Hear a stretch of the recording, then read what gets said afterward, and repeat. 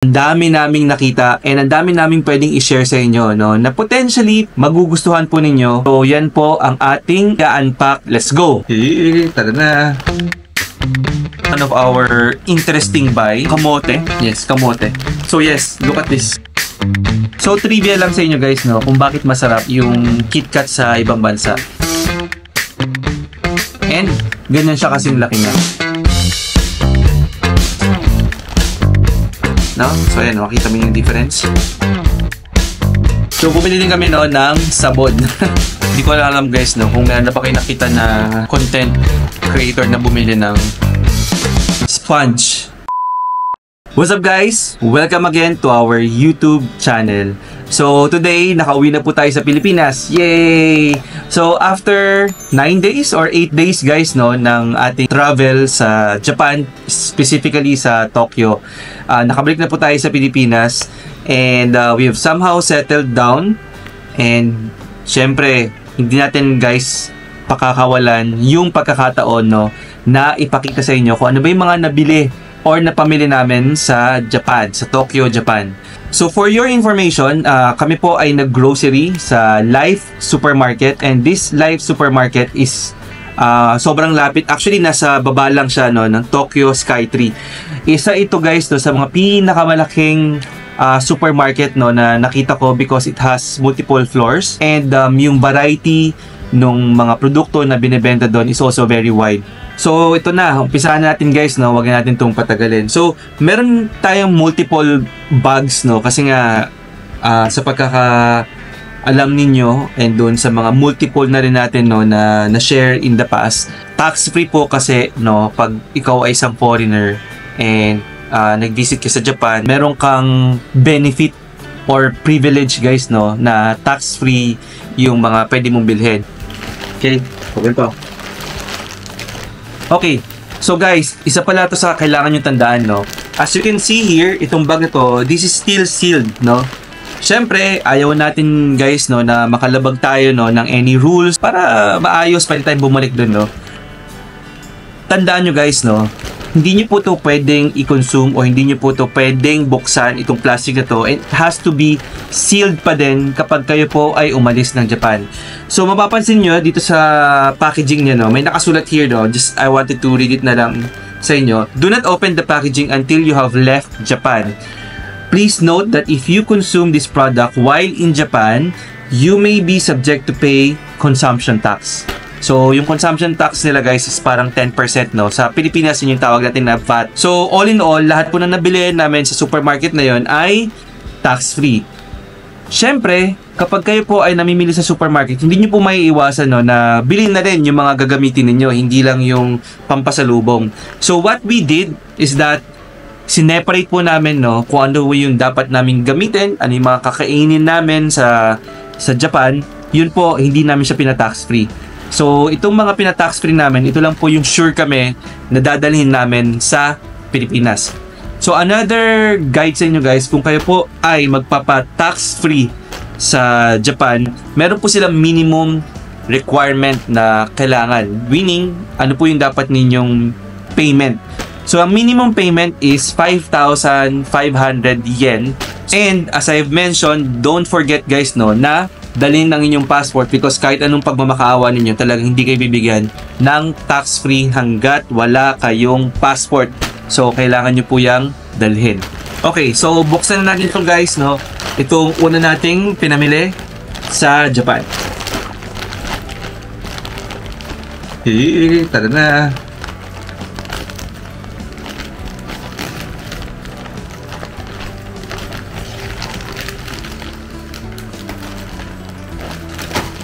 So, medyo madami to kasi nga mga parang maliliit lang to na items kasi nga mga pampasalubong, mga sa tingin natin kakaiba sa paningin natin. Sa tingin natin kakaiba sa panlasang Pilipino. Okay? So, number 1 in our list is this Rice Krispie. By the way guys, no, hindi po kasi nga since this is local Japanese, hindi po sila obliged or nire-require, no, na merong English translation. So, mahihirapan din po tayo, no, na basahin siya 100%. But we only base it doon sa itsura niya, and of course, kung sa tingin ba natin ay kaya natin kainin. Okay, so for example, in this case, in my understanding, para po siyang Rice Krispie, pero syempre hindi naman nakalagay dyan na Rice Krispie. So ang gagawin natin is meron po tayong na-discover na app sa Japan, wherein kapag tinapat mo yung barcode ng produktong yon, malalaman niyo po kung anong klaseng produkto yon. So ang tawag po sa app na yan ay Paike. Ito po siya. So here how it works. So, ang gagawin lang natin dito is kukunin lang natin yung barcode. And then yung barcode na yon, i-scan lang natin siya. So, ito siya. Meron siyang scanner. So, pagka-scan natin sa kanya, malalaman natin kung anong klaseng produkto siya. So, tingnan natin. Okay. So, itong produktong to, according to this app is Tanko Seika Niigata Style Salted Rice Cracker. So, totoo. Tama ako guys, nahula. So this is a salted rice cracker. And the country of origin is Japan. So of course, we have some mga pagkain na mga pambata. So let's scan it. So this is a Meiji Yan. So yan. Actually, wala kasi siya nakalagay na Yan, no? So syempre hindi ko matawag na Yan. And naka-Japanese. But using again the app, we can say that this is a Meiji Yan. So this one naman is also pagkaing pambata, and naka-barcode din siya. So check natin. So this one is Sanko Vegetable Pitti Cookies. This one guys, lagi namin tong nakikita din sa Don Quijote, and kung di ako nagkakamali, bumili na rin tayo nito in our past experience, in our past visit sa Japan. So, ang pangalan po nito ay Bourbon Petit Umashio Pretzel. So, ito naman is the same product, pero ang kanyang flavor is strawberry. So, meron po siyang strawberry sa loob. So, butter cookies, chocolate. This is also Meiji. This is a Meiji Petit Gummy Drink Candy. Another chocolate pretzel. So ito, nakita ko na rin to sa 7-Eleven, sikat na sikat to. And marami tayong nakikita nito. This is also Meiji. And ang pangalan niya guys is Galbo Choco. So natikman na rin natin to nung pumunta tayo sa Japan nung April. So ito, bumili ako ulit. So that's why binalikan talaga natin siya, and kailangan natin siyang bilhin as pasalubong. Ayan, so para siyang puzzle na biscuit. Mukha din siyang interesting for the kids. Ano ba yung mga nakita natin dito? So, meron siyang iba't ibang characters na pwede mong buuin. I think this is Kuromi, na our past visit sa Japan. Ang pangalan niya ay Kabaya Tough Gummy. So, itong Tough Gummy by its term tough. So, sobrang tigas na ito. And matagal siya na nag-stay sa bibig mo. So, we're also able to try this. And that's why binili natin siya ulit. So, this is also highly recommended kung kayo po ay bibili ng pasalubong sa Japan. Ito guys, sobrang interesting nito So may nakita kami na popcorn. Yung popcorn na yun guys, nakalagay na siya sa pan, and iluluto mo na lang siya, ilalagay mo na lang siya sa apoy. Ito yung tsura niya. Yan siya. So the popcorn is nasa loob, flat siya actually. So hindi ko alam kung nakikita lang siya sa camera. So flat siya, and the instruction na nakalagay dito is lalagyan mo lang siya sa apoy. Hindi ko lang alam guys kung pwede ito sa induction cooker or stove. Pero since this is aluminum, mukhang hindi siya pwede. Tingnan natin kung ano yung pangalan niya. Isa-scan din natin.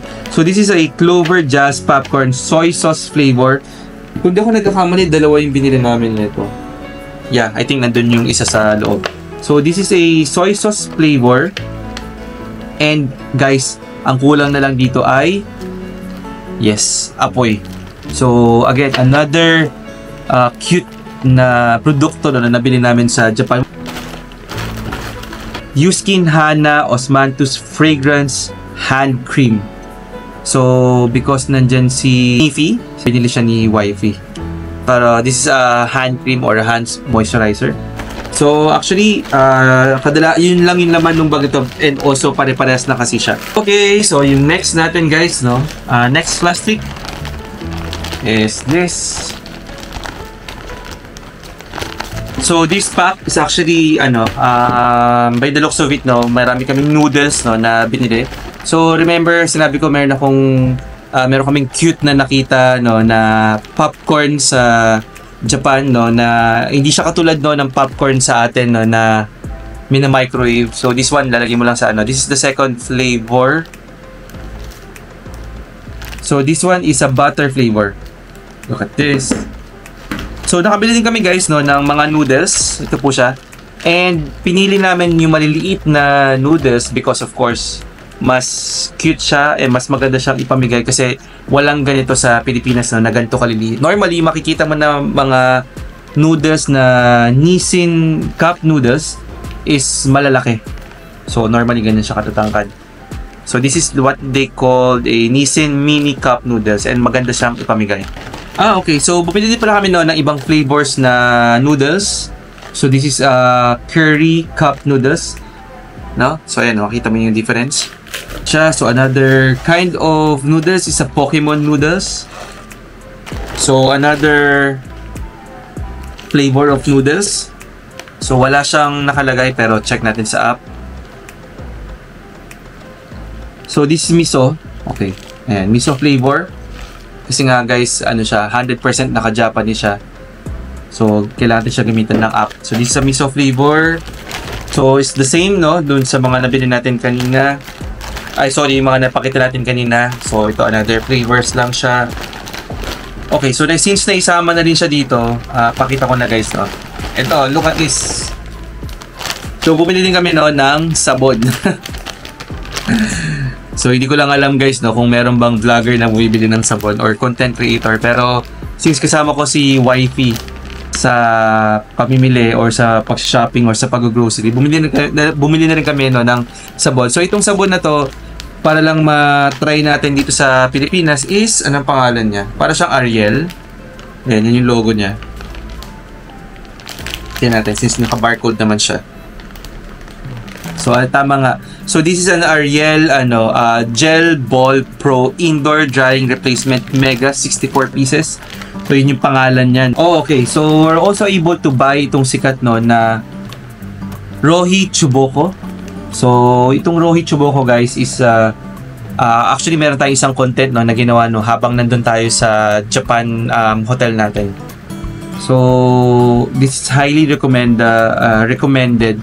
Lalo na kung marami na po kayong sakit-sakit sa katawan, pagkatapos mag-shopping, tapos nyo maglakad, 20,000 steps a day, pagkatapos nyo mag-workout, so ito na po yun. Ito yung kailangan nyo.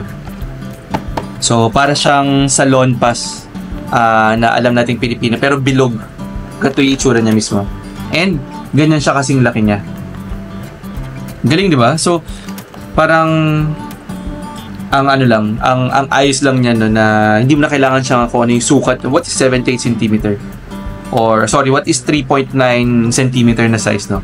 So, you just look at this, and alam mo na kung ano yung size.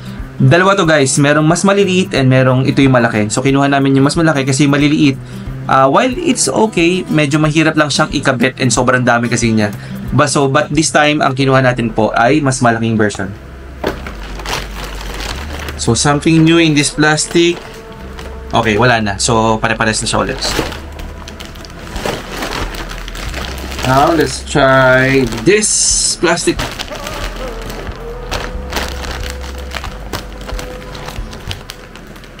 Hindi ko alam guys, no, kung meron na pa kayo nakita na content creator na bumili ng sponge. Sponge. So, kanina sabon. Ngayon naman merong sponge. So, since again, kasama natin si Mrs. Siyempre, kung ano yung gusto niya, yun yung masusunod. So, bumili tayo ng sponge sa Japan. Hindi ko alam kung ano yung pinagkaiba ng sponge sa Japan and sponge sa Pilipinas. Let's see. So, we're also able to get and buy a green tea na powder. So, bumili din tayo nito. So, ito sura niya. So, multiples kasi kasama din siya sa mga pampapasalubong natin. Okay, so this one is also one of our interesting buy. bumili kami guys no ng kamote.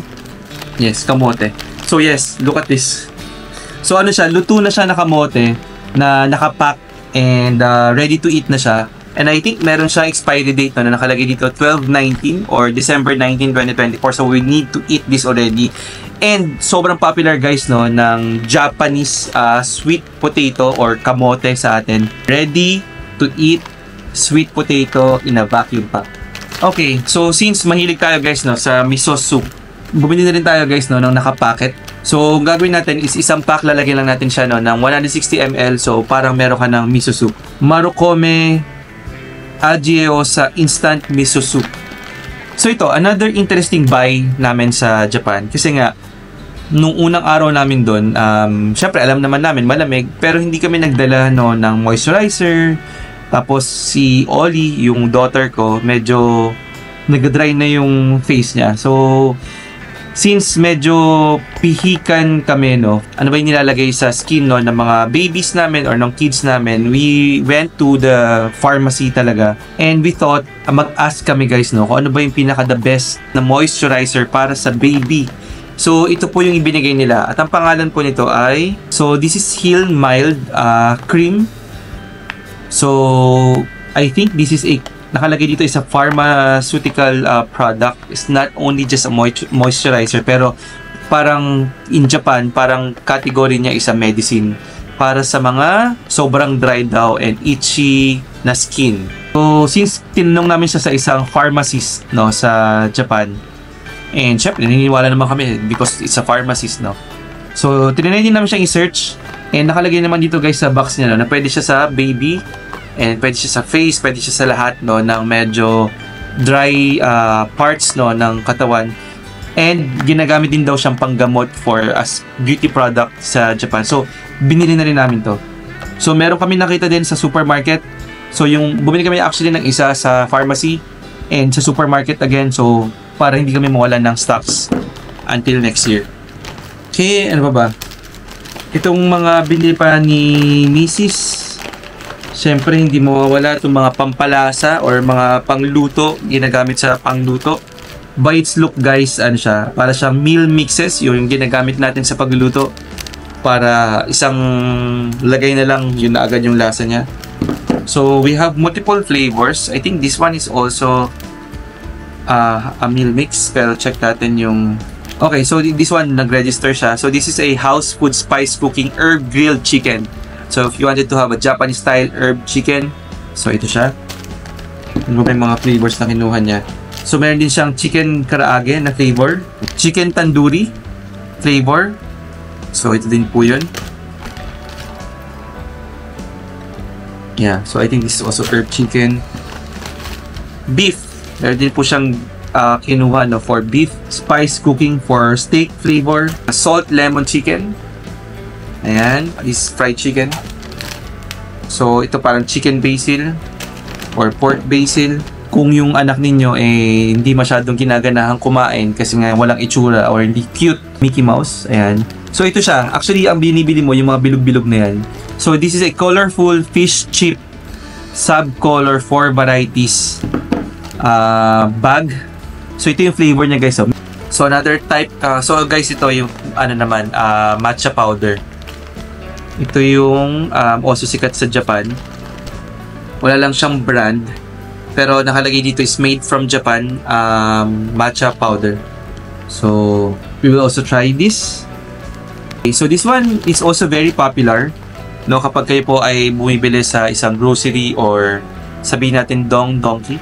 So, ito po ay parang pampalasa sa kanin. Tawag dito ay Adot Furikake Bonito Flakes. Budbud mo lang to guys no, sa taas na ng pagkain mo. Lasang Japanese na siya. Hey! What is this? So, this is Marumiya mixed wakame with salmon. So, again, another lollies, chocolate lollipops for Paolo and Ollie. The strawberry chocolate. Matcha. Dark chocolate. So, trivia lang sa inyo guys, no, kung bakit masarap yung KitKat sa ibang bansa. Kasi gumagamit sila guys, no, ng ibang ingredients doon just to make sure, no, na maintain yung chocolate flavor And mas mataas of course yung quality kasi it's a Japanese market. In the Philippines, yung pagkakaalam ko lamang po, no, iba din yung ingredients na ginagamit sa atin kasi technically yung bansa po natin ay medyo mainit, medyo humid, unlike sa Japan, no, na maayos, maganda yung klima. So yung produkto po dito sa Pilipinas iba yung formulation niya just because kailangan niya ma-withstand yung init sa transportation and ma-make sure niya, no, na stable yung produkto lalo na sa tropical country. So that's why magkaiba po talaga sila ng lasa kahit na parehas po sila ng brand. So again, that's another tip and trivia for you guys. So we have 3 flavors of KitKat na binili. Again, kasama po ito sa pasalubong and for our personal consumption. Okay, so again, another green tea. Okay, so wala na din guys dito. So okay na siya, pares na siya from the last time. Balik na siya ulit. Again, another pasalubong pack. Mahalata mo guys yung pasalubong kasi ano siya marami siyang klase, marami siyang pare-parehas siya ng itsura. So pero kuha lang tayo ng per piece para makita nyo lang, no, kung ano itsura niya. This one, ito nakikita ko na rin siya sa Donkey. Ang pangalan ba nito ay ayan, ito. Ang pangalan niya ay Yaukin Umai Stick. This is salad flavor. So, marami siyang flavor guys, no? So, this is salad flavor, color green. You have the color violet, mentaiko flavor. Meron din siyang color red, takoyaki flavor, corn flavor. Meron lang tayong 4 na flavor, pero marami siyang pinagkukuha. Marami tayong nilagay sa pasalubong pack natin. So, this one is another cookie for the kiddos. Sea animal shaped biscuit with chocolate. Yan siya. What else? So again, another good find, good steal. So this is a Veggie Eat Light Salad flavor. Ito kapalas lang din siya guys nung kanina, pero this is animal shape. We also bought some noodles. So look at this, yung noodles na natin natin. I think by the looks of it, this is a ramen noodles. Sanyo Foods Sapporo Ichiban Tabimen Hakata Tonkatsu Ramen. Haba. And siya. So again, personal consumption and kasama na rin sa pasalubong. So, Bonito Flakes. Although meron na rin ganito guys na sa mga Japanese stores dito sa Manila. So, pero kumuha pa rin tayo nito kasi mas mura doon. Siyempre, doon siya galing din. Bonito Flakes na nakapacket. This one is a wasabi tube. So, guys, katulad nung sinabi namin, no, since nasa Japan ka, ang bibilhin mo is yung mga ginagamit sa Japan. So, this is a wasabi tube. And the wasabi tube kasi, guys, according to the reviews and dun sa mga nakikita na or napapanood natin, siya yung pinaka the best compared to the powder daw. We want to try it, so bumili tayo ng, I think, dalawang piraso itong binili natin. Para lang matry natin. Okay, we also bought a granola. So this is also Japan made. So that's why binili natin siya. And since walang ganitong flavor dito sa Pilipinas, so binili na rin kinuha na rin natin. Another cereals for the kiddos. So we have Kellogg's pero chocolate flavor. Again, Japanese, Japan made. So kung kayo guys nagpupunta sa Don Quijote, ito madali niyo itong makita. So this is a collagen food supplement. So this is DHC. Sa iba guys, di ba kung nakita ko siya sa Don Quijote or sa Matsumoto Kiyoshi, meron po silang limit sa pagbili po ng ganito. Parang 2 lang or maximum of ilang piraso.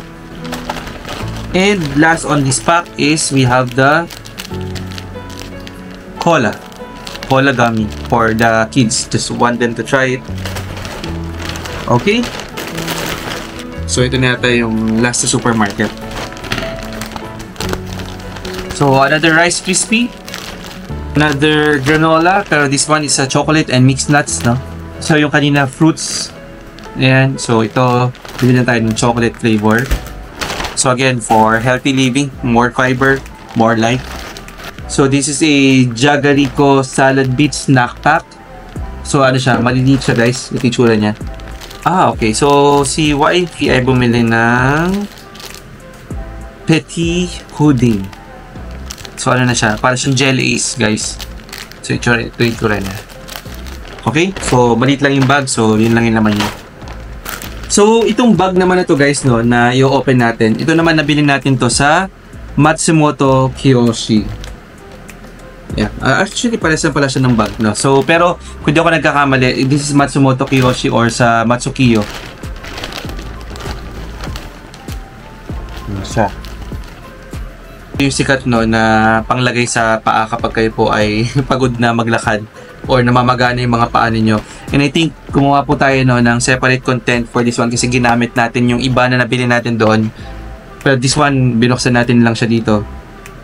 So, this is really very good and it's a nice steal and nice buy, no? Kapag tayo po ay nasa Japan. So, bumili ako nito ng 2 pack kasi nga, walang ganito guys sa Pilipinas or kung meron man, baka sobrang mahal. So, parang again, parang ito yung salon pass, no? Pero dedicated lang siya para sa pangapaa. So, we have that. So, this one. So, for our personal use and also for wifey, we have the Nature Republic, no, na ito, sun stick. So we also have this for sun toothbrush for the kids. This is a multivitamin mineral Q10. So Q10 is an ideal supplement for daily nutritional support. Each tablet is balanced with 23 types of nutrients including vitamin D complex, supports skin, mucous membrane health, antioxidants, vitamin C and E. Okay, so this is from DHC and again manufactured in Japan. Take approximately 5 tablets daily. Let's see guys, no, kung anong effect nito. But we bought, I think, 2 piraso yung binili natin yun. Hindi tayo ng 2. Face mask, no, nagagamitin din natin for personal use and also for wifey's use. Ito guys, ito nakita na lang din natin to doon and since marami bumibili, nakita din natin siya sa mga content. So, ano matawag dito? Lip balm. Lip balm. I think she bought a lipstick. Ano ba ba? Ano to? Sorry guys, hindi ko alam kung anong tawag dito. Matomage. Matomahe. Ano ba to? Okay. Okay. Sige, so anyway, hindi ko siya alam basahin, pero check na rin natin. Pampaganda ng buhok or pampaiwas ng tikwas ng buhok. This is also for wifey. Binili niya to. Binili din natin to, no, sa Matsumoto Kiyoshi. So, this is a Gillette, no, na pang-ahit. So, ito yung mga nabili din namin, guys, no, na for personal consumption. So, para siyang snack po. Look at this, but it's a snack from Calbee. Another flavor. So, we have Meiji chocolate, strawberry flavor. We have another furikake. Pero this one is for kids. Kasi, guys, nung nag-kids meal yung si Oli or si Paolo, lagi merong maliliit na packs nito, no, na ibinibigay sa mga restaurant and like Yoshinoya and another lollies for the kids like this. So, snacks. So, kung kayo mahilig sa parang mga strepsils, mga itong medicated drops, meron din sila Vicks medicated drops. So, yung sa atin, meron din naman tayong Vicks pero yung color blue. Pero sa Japan, guys, iba yung itsura niya. Ganito yung itsura niya. So, again, pampawala ng pampagaling, no, ng lalamunan. Zero chocolate. Sugar-free chocolate. So, para sa mga diabetic na kaibigan, diabetic na kapamilya, sugar-free. Famous Mintia. So, we bought multiple flavors. So, ito hindi naman siya Mintia, but this is another peppermint candy. Ito, another noodles na nabili natin. Look at this. This is from 7-Eleven. So, this is a one-piece sticker. So, bumili din kami guys, no, ng mga interesting drink doon. So, for example, this is a coffee. I haven't tried Georgia coffee, no, but let's try it here. Famous Starbucks cafe latte nila. So, another coffee. Another Starbucks drink. Look at this, oh. Meron tayong nabili na curry powder. Small, very, very small can. Yan siya.